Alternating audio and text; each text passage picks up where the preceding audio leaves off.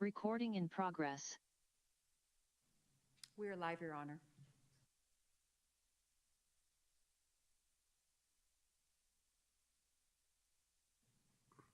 Good evening. The meeting of the City Council will come to order. Please join me in the Pledge of Allegiance. I pledge allegiance to the flag of the United States of America and to the republic for which it stands, one nation, under God, indivisible, with liberty and justice for all.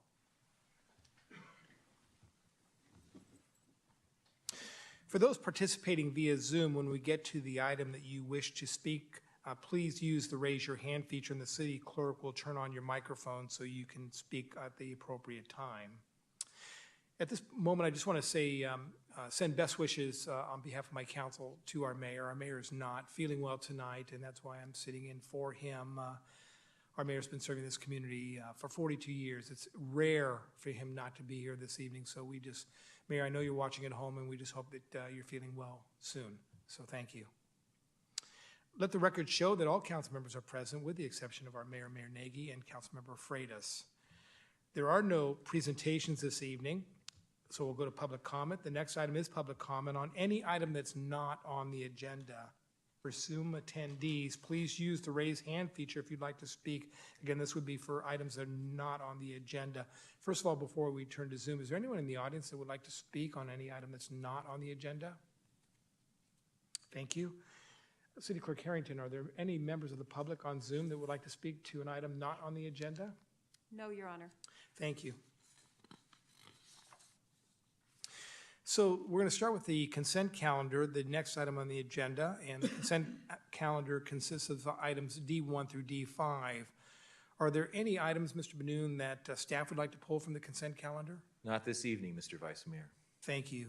Colleagues, are there any items that you'd like to pull from the consent calendar? Not tonight, Your Honor. Is there any item that the public would like to pull from the consent calendar this evening?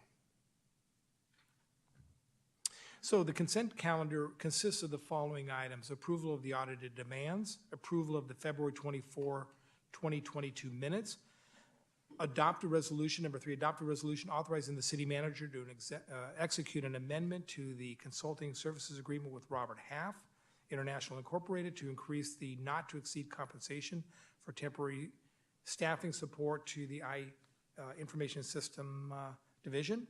Number 4, adopt a resolution amending the 2020-2022 biennial budget and capital improvement plan for fiscal year 21-22 for capital improvement plan budget rollovers. And 5, adopt a resolution approving amendments to the contractual service agreements with Four Leaf Inc.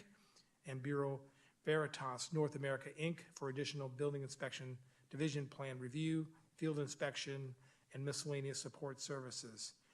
Would someone like to move these items be approved as recommended by staff, with any items approved by resolution or ordinance being numbered consecutively, and that the reading of title suffice for purposes of introduction or adoption of the ordinance? So move to approve as read.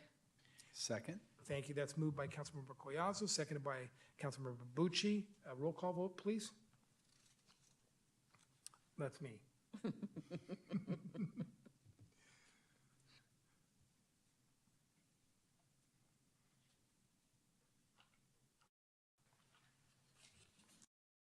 Great. That carries unanimous.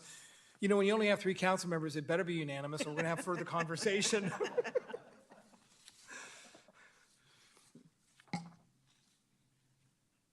And that motion passes 3 ayes with 2 absents.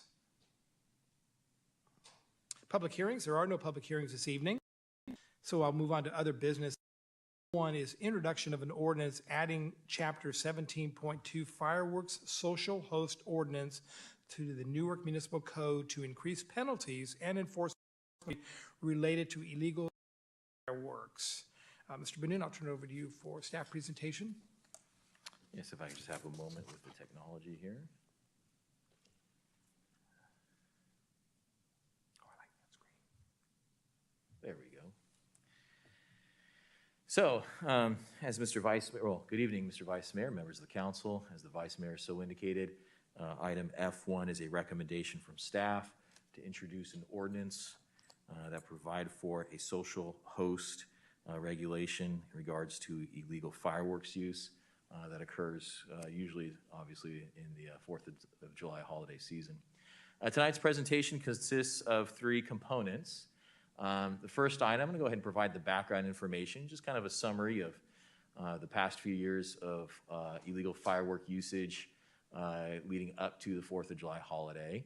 I'll provide some historical context on the permitting and regulation of illegal fireworks permitting of legal fireworks and usage of illegal fireworks. I'll provide that historical context.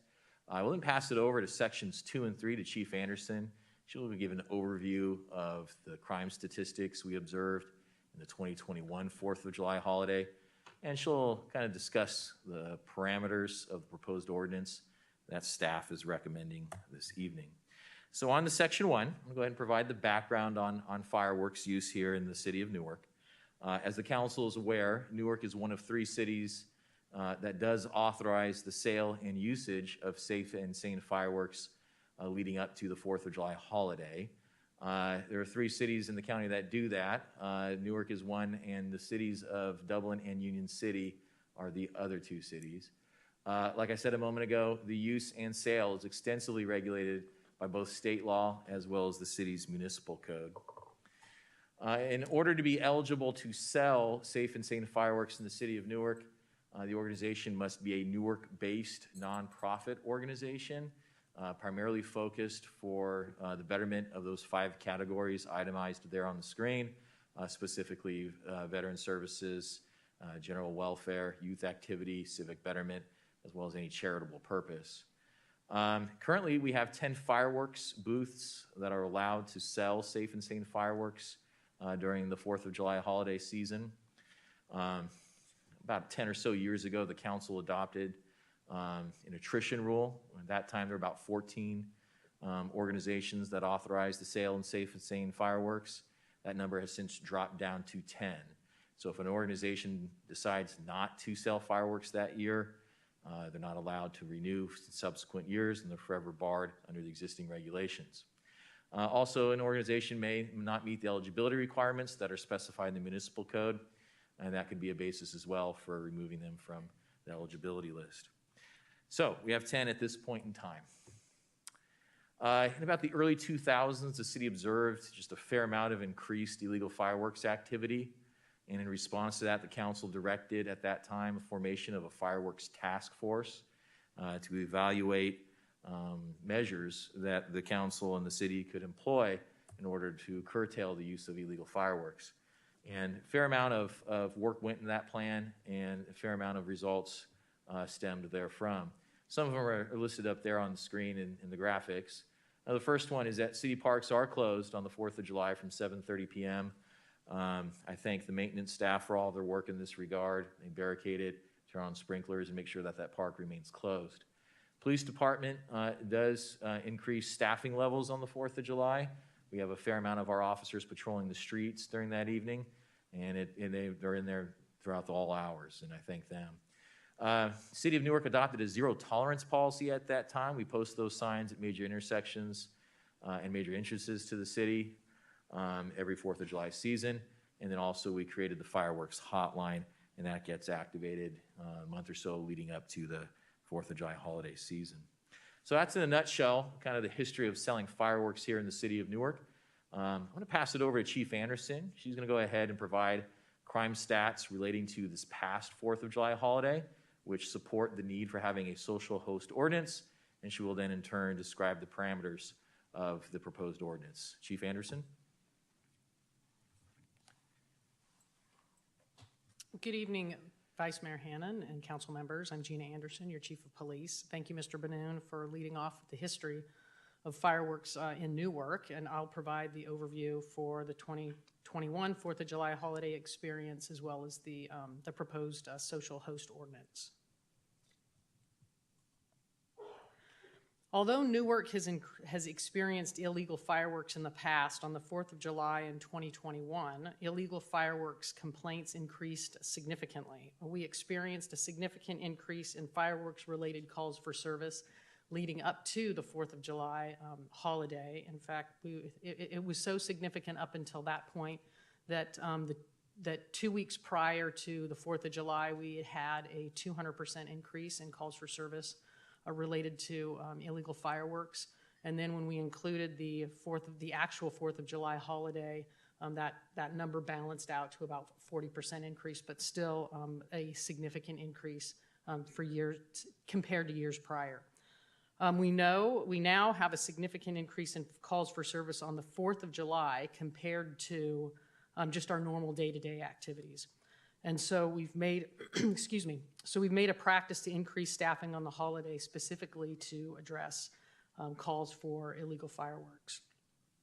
Although in years past, the department's philosophy has been very much to provide education regarding the dangers of illegal fireworks and then the illegality in using them. In 2021, the department's focus was more geared towards enforcement in order to curtail the use of illegal fireworks.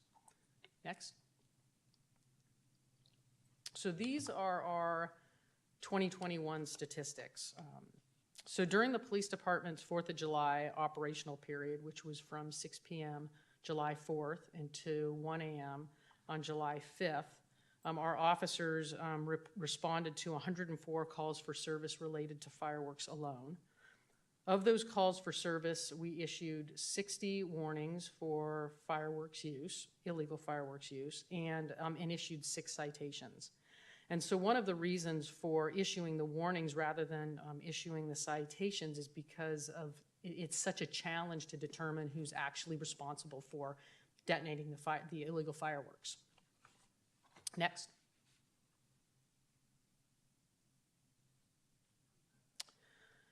Of the 6 citations, 2 were issued for misdemeanor violations of the California Health and Safety Code, and 4 were issued for violations of our Newark Municipal Code. Next.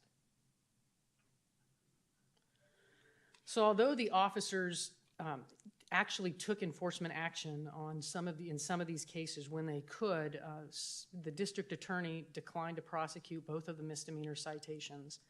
And of the 4 infractions, one person that received the citation paid their fine, and 3 at this point in time are still waiting for court dates, which really reduces the incentive to comply when there really does not seem to be a deterrent effect from issuing the citations, at least in this fashion. Next.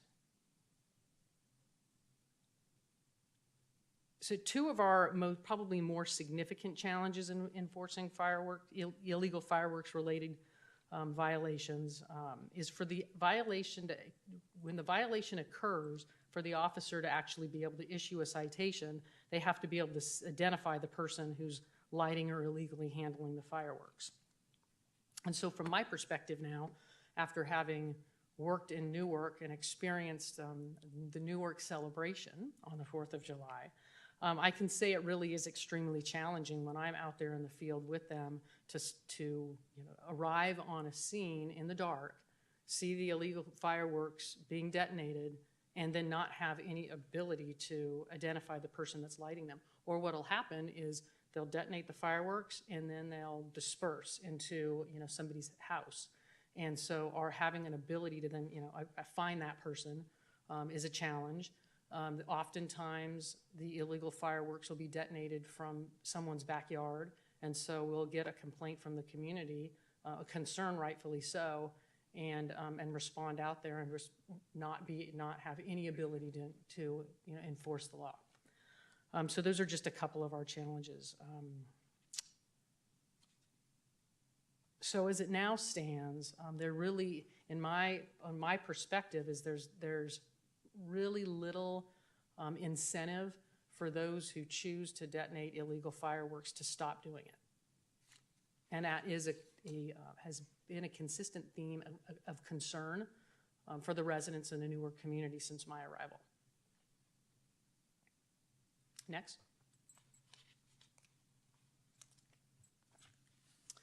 So in order to try to get a handle on our illegal fireworks situation, we're proposing the addition of a new city ordinance, which would be the Fireworks Social Host Ordinance. Next. If the ordinance is approved by council, the property owner would be strictly liable for the ignition, discharge, or display of dangerous fireworks on their property, or for hosting a gathering where illegal fireworks are being used. Next.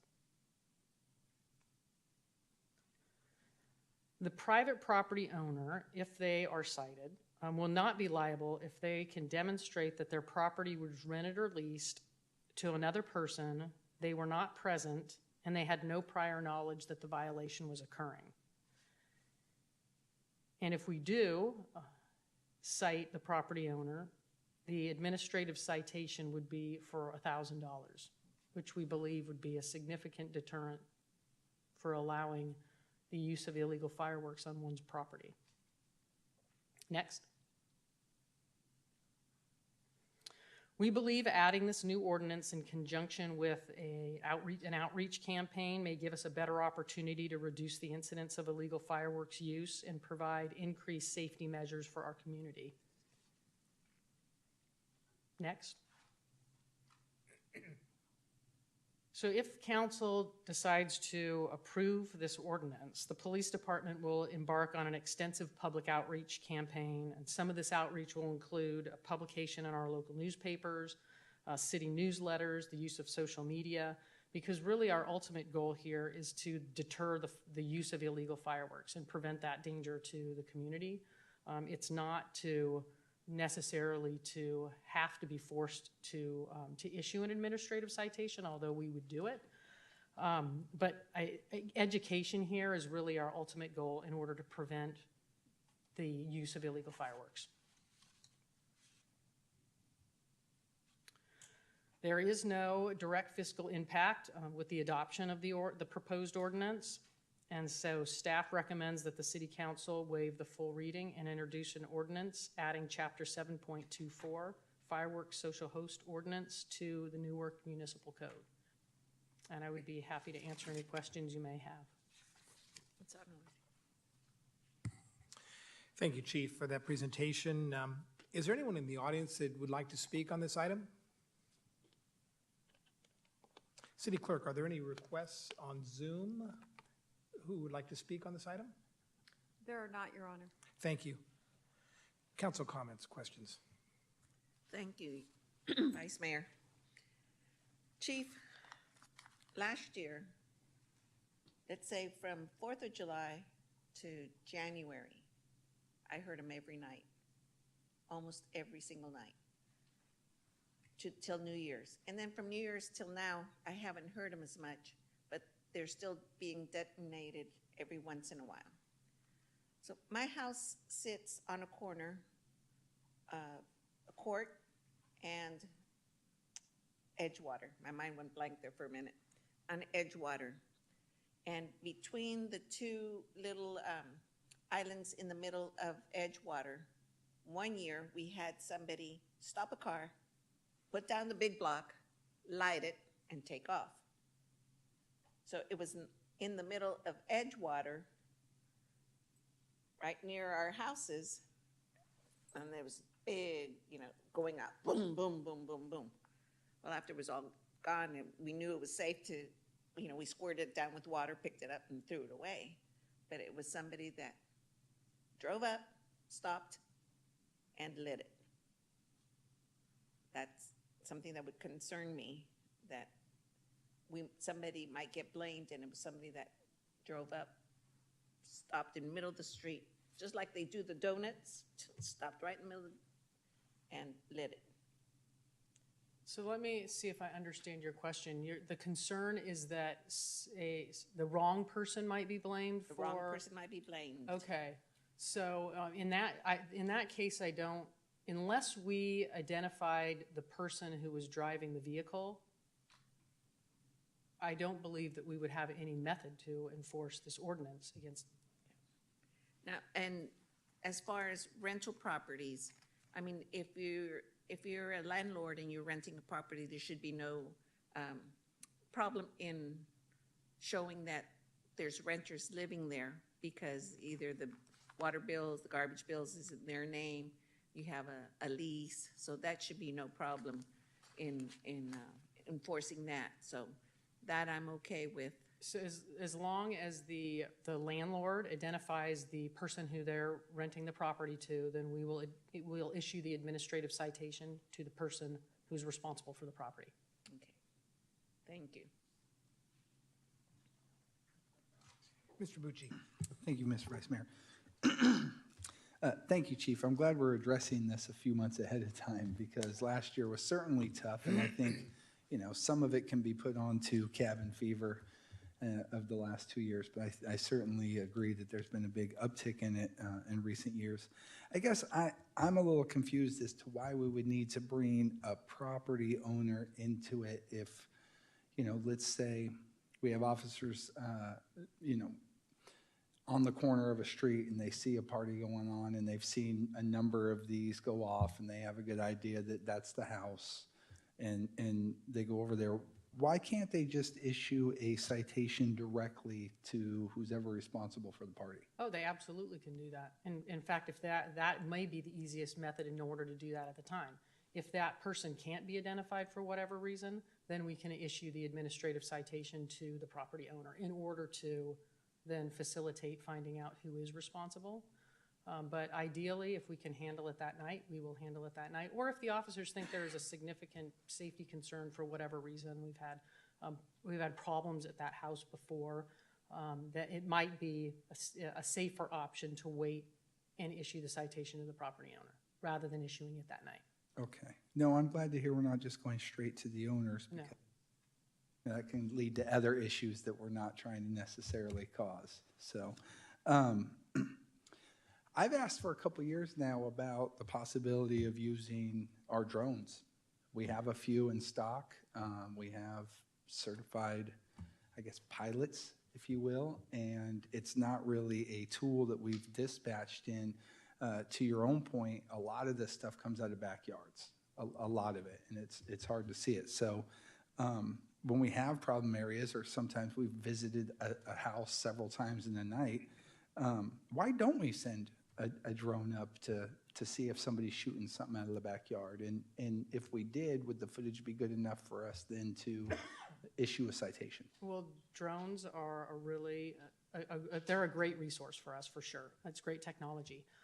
My concern would be if we sent a drone up when the fireworks were being detonated, that the drone would be a victim of the fireworks detonation. So I'm not entirely opposed to using small unmanned aircrafts in that way, but we would have to be strategic in how we were going about doing that, because we wouldn't necessarily know to direct it in that vicinity until the fireworks were being detonated, and in that case, the drone, small unmanned aircraft, might be the victim of the explosion, the explosives. Yeah. Well, I certainly understand wanting to deploy them in a more kind of strategic way, right? If because I have houses in the neighborhood and I see us respond to them 2 or 3 times in the night, and some of those places where, and to that point, this last year we sent out letters to houses that we've had problems at years before. So I think there's some folks who we just know love fireworks. So I mean, that would certainly be something that I would be interested in learning more about. Yeah, I would also would need to do some more research into the legalities behind doing that. Okay. Thank you, Chief.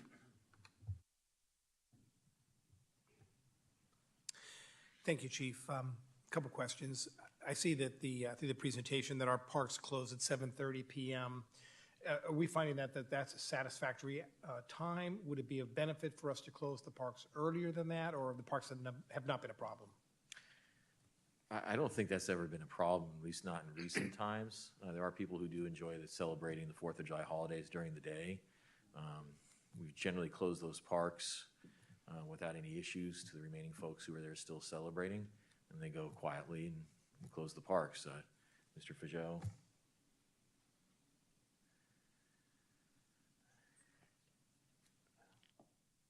Again, Vice Mayor. Yes, 7:30 has been an effective time for us based on past experience. staff will go and do a preliminary walk through each park just to give folks that are there a heads up that, hey, the parks are closing or the irrigation system will be coming on at a set time. The barricades go out. So folks have gotten used to it over the years, and I think that's an effective time. Excellent. Chief, as we do the outreach, and Mr. Benoon, as we do the outreach, of course, I want to make sure that we do it in multiple languages, just to make sure that we get that message out to our community. We confiscate illegal fireworks oftentimes up until the 4th and even after the 4th. If we confiscate fireworks from a citizen that are illegal, would that citizen be subject to an administrative citation then as well? Yes. Okay.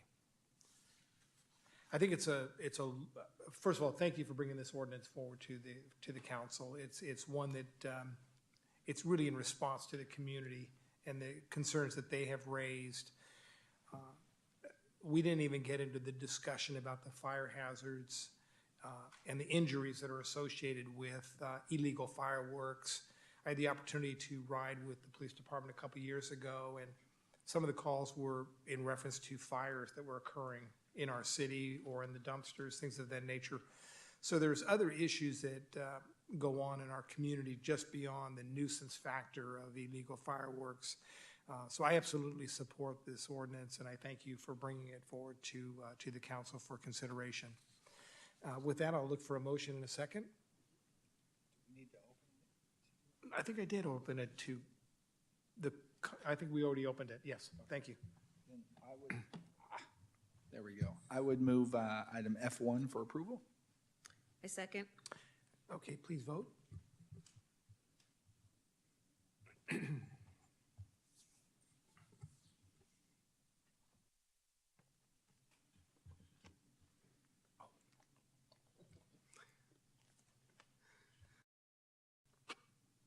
Excellent. That carries unanimously, 3 votes to 0. An ordinance of the City Council of the City of Newark adding Chapter 7.24 fireworks to the Newark Municipal Code to increase penalties for illegal fireworks. Again, Mr. Benoon, thank you for bringing this to the council's attention. It's always an opportunity for government to create regulations in response to community priorities. This is certainly an example of that, and certainly encourage you and your staff to bring other ordinances to us if you believe they will help us make this community safer, and that's our goal. May I make a little comment? Yes. So, since I was elected in 2011, I think that's been one of the complaints that I've had. It's the fireworks. And they wanted us to ban our safe and sane fireworks. And I try to explain to them, those safe and sane fireworks are not the ones that are causing the problems. Through the sales of the safe and sane that we sell, we do so many good projects for the city. You know, I'm a member of Luna, which sells fireworks for scholarships. Last year, we gave out like 32 scholarships. 29 were 1,000, and the other ones were 2,000. So these are students that get helped for their education. And everybody else, they're selling to do good for the community. So I hate to lose something that is going to benefit our community because of these people that are doing what they're not supposed to be doing, you know. And I want to thank you, Chief, for bringing this to us. I truly hope that this is going to help and make our community a little bit better. Well, that's a perfect segue, Councilmember COLLAZO, to council matters, and I'll start with you to continue, if you would, please. Well, thank you very much, Vice Mayor. My heart is broken, and it's because of everything that's happening in Ukraine and with Russia. I cannot believe that one single man, one crazy maniac, can do so much just to satisfy his ego. You know, when that children's hospital was bombed, a father has 2 children that one has a bullet in his brain, the other one has shrapnel, mothers that were there with their children are dead. I don't know how many they said had passed just from that one hospital. How can you target a children's hospital? It's unbelievable. So all I ask tonight is that you put these people in your prayers. And I heard that Ukraine is defeating Russia. It's sticks and stones, you know, but they just need our support. They need our support. They need our prayers. So that's what I ask tonight, is that you keep them in your prayers, please. That's it. Thank you. Councilmember BUCCI. I knew that was coming. Thank you, Mr. Vice Mayor.